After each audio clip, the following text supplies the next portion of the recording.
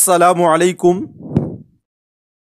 साथियों, मैं निशात अहमद आप तमाम साथियों का बहुत बहुत इस्तकबाल करता हूं, खैर मकदम करता हूं, वेलकम करता हूं आपके अपने ही यूट्यूब चैनल जीएस ऑनलाइन पर।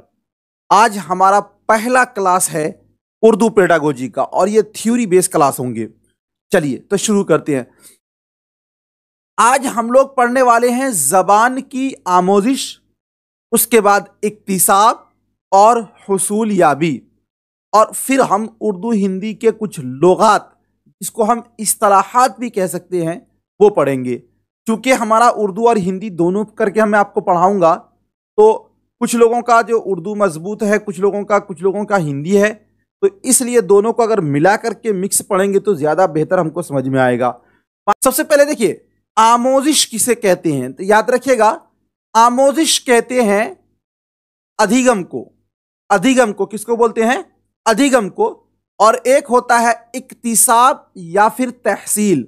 इक्तिसाब और तहसील बोलते हैं अर्जन को। अब कहिएगा आमोजिश, देखिए आप एक बात समझिए, हम जिस माहौल में पैदा होते हैं, हमारी जो लैंग्वेज होती है जी, जिसको मादरी लैंग्वेज बोलते हैं, क्या उसको कभी आपने सीखने की कोशिश की? उसके लिए कभी कोई टीचर हायर किया? उसके लिए कोई ट्यूशन लेना पड़ता है? उसके लिए कोई किताब पढ़ना पड़ता है? आपका आंसर होगा नहीं।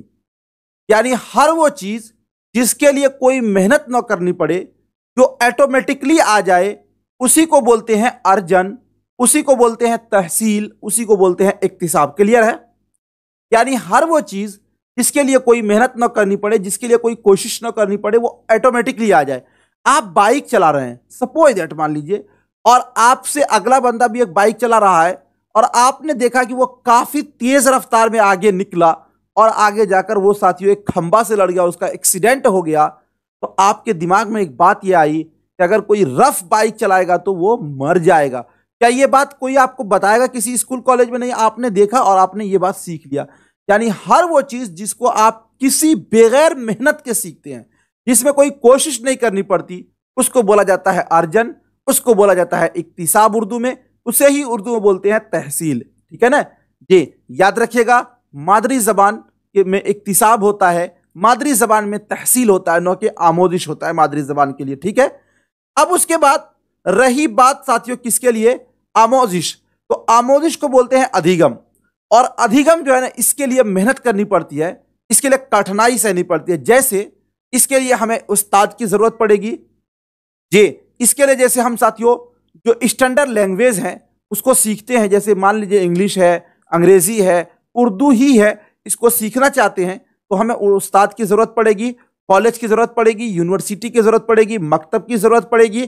तो ये सब क्या है? ये सब साथियों अधिगम है, ये सब आमोजिश है। क्लियर? चलिए, उसके बाद आगे है एक लफ्ज है आपका तरसील। क्या लफ्ज है? तरसील। तरसील किसे बोलते हैं? तो तरसील का मतलब होता है संप्रेषण। क्या बोलते हैं? संप्रेषण। और संप्रेषण को और आप बेहतर ढंग से समझ लीजिएगा, अगर इसको हम साथियों कह दें कि कम्युनिकेशन। कम्युनिकेशन का मतलब होता है माध्यम। क्या होता है? माध्यम। जैसे अभी मैं बोल रहा हूं, आपको मैं पढ़ा रहा हूं, मैं एक पैक रूम से पढ़ा रहा हूं, लेकिन मेरी बात आप तक पहुंचने का जरिया क्या है? तो आप कहिएगा कि मोबाइल। क्या कहिएगा? मोबाइल। या कोई लैपटॉप में देख रहा है तो वो कहेगा कि लैपटॉप। क्या कहेगा साथियों?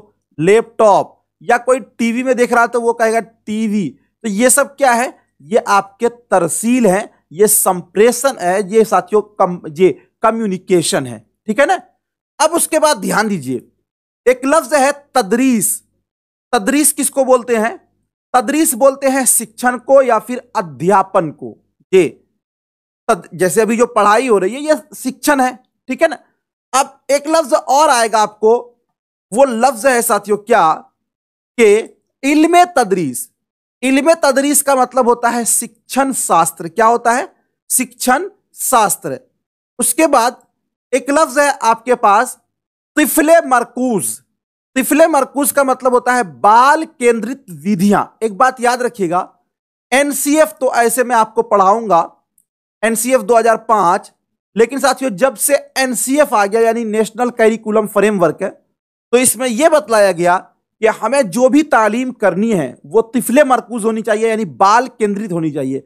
बाल केंद्रित का मतलब यह होता है कि हमें बच्चों के ज़हन का ख्याल रखना है, हमें बच्चों की उम्र का ख्याल रखना है, हमें बच्चों का ख्याल रखना। अगर कोई ये सोचे कि कोई एक टीचर है जो साथियों एक मैथ का टीचर है, मैथ में वो पीएचडी किए हुए है, अगर वो अपने स्तर से पढ़ाएगा तो पता चला कि 2 क्लास का बच्चा पढ़ ही नहीं पाएगा। इसलिए उसको अपने स्तर को नहीं सोचना है, अपने दिमाग को नहीं, बल्कि हमें 2 क्लास के बच्चों को सोचना है, 2 क्लास के बच्चों की उम्र को सोचना है। वही होता है बाल केंद्रित विधियां। अगर हमें स्कूल का टाइम टेबल सेटिंग करना है तो हमें बच्चों की उम्र का ख्याल रखना है, हमें बच्चों को देखना है, ये नहीं कि हम आ सकते हैं या नहीं आ सकते हैं, ये नहीं होना चाहिए। तो यही होता है तिफले मरकूज तालीम अभी चलती है, ठीक है ना, बाल केंद्रित विधियां। देखिए एक एक वर्ड को आप समझिए और ज्यादा आप आपस में बातें न कीजिए तो ज्यादा बेहतर होगा, ठीक है ना। उसके बाद आपका है एक लफ्ज आता है माहिर लिसानियात। माहिर लिसानियात का हिंदी होता है भाषा विशेषज्ञ। एक देखते हैं ना जो एक ही लैंग्वेज में वो एक्सपर्ट होते हैं उसी को बोलते हैं भाषा विशेषज्ञ, जिसको आप स्पेशलिस्ट बोलते हैं। तो अगर भाषा लिसानियात का मतलब होता है भाषा, माहिर का मतलब होता है स्पेशल, तो वही हो गया ना भाषा विशेषज्ञ, ठीक है ना। उसके बाद आपका है इर्तिका। इर्तिका, इर्तिका का मतलब होता है विकास। क्या होता है? विकास। उसके बाद एक लफ्ज है साथियों इल्मे लिसानियात। देखिए माहिर लिसानियात का मतलब होता है भाषा विशेषज्ञ, लेकिन एक लफ्ज है इल्मे लिसानियात, तो इल्मे लिसानियात को बोलते हैं भाषा विज्ञान। क्या बोलते हैं? भाषा विज्ञान। अब एक लफ्ज है आवाजों की जबान। आवाजों की जबान का मतलब हुआ जी ध्वनियों की भाषा, यानी ध्वनि का मतलब होता है आवाज, जो हम जैसे बोल रहे हैं। तो इसमें अब जैसे मैं बोलूं आपको पानी, तो पानी आप कैसे समझे साथियों? आवाज के जरिए। तो यह आपके आवाजों की जबान हुई। और एक लफ्ज है इशारों की जबान। क्या? इशारों की जबान। तो यह हुआ आपका सांकेतिक भाषा। इसको हिंदी में क्या बोलेंगे? सांकेतिक भाषा। और एक लफ्ज है अलामतों की जबान। यह है प्रतीकों की भाषा। अब देखिए इशारों की जबान और अलामतों दोनों में आप फर्क समझ लीजिए।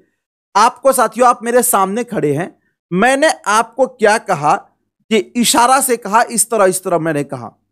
तो जब मैं इस तरह बोला तो आप समझ गए कि जब उंगली मुंह की तरफ ले जाया जाए तो ये पानी मांग रहे हैं, और अगर मैंने इस तरह कहा तो आप समझ जाएंगे कि ये खाना मांग रहे हैं। ये बात आपने समझ लिया।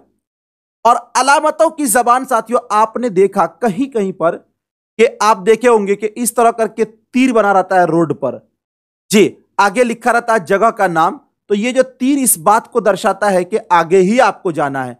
कहीं कहीं पर साथियों दिया रहता है पुल का निशान बनाया रहता है, तो वो पुल से आप क्या समझते हैं कि आगे पुल है। ये आमतौर पे ट्रेन वगैरह का जो पटरी है या फिर नेशनल हाईवे वगैरह पे आपने देखा होगा जी। तो ये सब जो है ये सब अलामतों की जबान है। किसकी जबान है? अलामत से आप समझ लेते हैं। क्लियर है? ये बात बताइए कि आप लोग जितनी बातें अब तक मैंने बताई यहां तक किसी को कोई दिक्कत है? शुक्रिया, थैंक यू साथियों, खुदा हाफिज।